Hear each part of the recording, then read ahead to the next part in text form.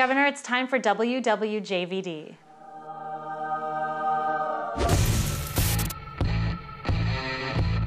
Section 501c3 of the International Revenue Code allows nonprofit organizations to be tax exempt. These exemptions apply to corporations and any community, trust, fund, cooperating association, or foundation that is organized and operated exclusively for religious or charitable purposes. Some of these tax-exempt churches include the First Church of Cannabis and the Church of Scientology. However, the Church of Scientology's net worth is in the billions.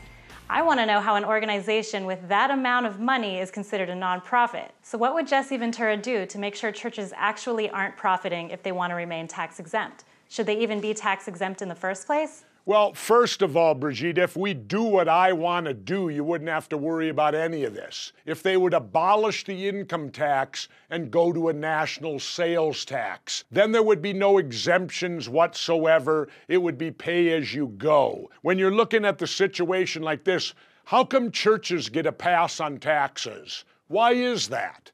They don't have to pay property taxes either at the local level. And yet they receive services. They get fire protection. They get police protection. If you live up north, like in my home state of Minnesota, they'll plow your streets. And yet they don't have to pay for it. Now, tax-exempt status.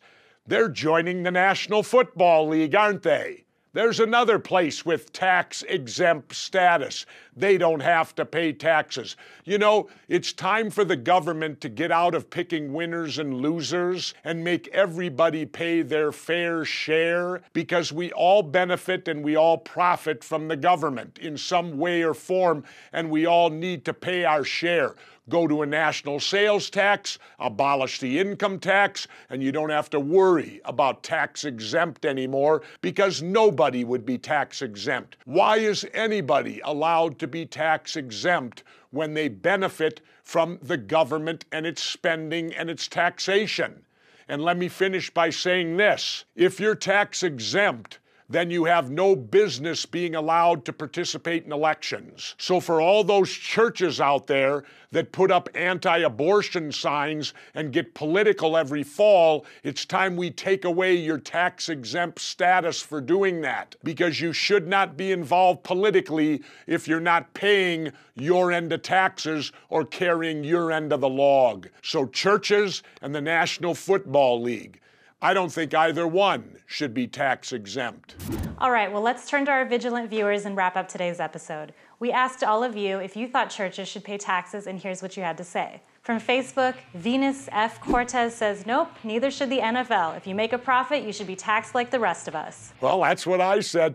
If the NFL can be tax exempt, who can't be? Tim Cook says, I think if they have money to lobby the political process, then they should have money to pay taxes. Perfect. Another person agreeing with me. If they're participating in politics, you should have to pay taxes to participate in politics, because politics means you're going to get taxed, and they're not being taxed, so they shouldn't be allowed to participate. Colleen Young-Turley writes, the people who give to the church have already paid taxes on that money, so why should they be double taxed when they help their community? They're not being double taxed. What you're saying is the church is making a profit. That's no different. If you wanted to use that analogy, I could then give all my money to my next door neighbor. Since it's all been taxed already, my next door neighbor wouldn't have to declare it, right? Wrong. Your next door neighbor is getting an income from the money you're giving to him. So therefore, he has to declare it likewise, which would be the same as the church. Go to a national sales tax, we all pay. There ain't no deductions.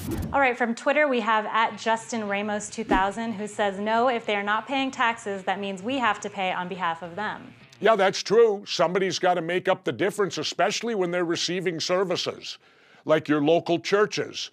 Your local property taxes are generally designed to pay for fire protection, police protection, plow the streets if you live where it storms or whatever like that.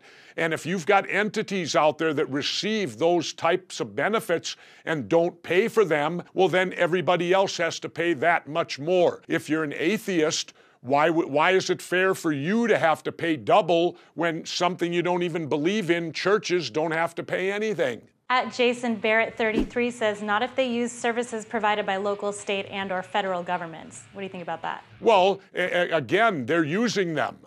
You know, how does anybody get by without using the benefits? We all use the benefits. We all benefit from government. So therefore, we should all have to participate in funding government. Okay, and one final one, at Steve Bull Durham says, yes, they should be tax exempt. They do more charity work than anyone.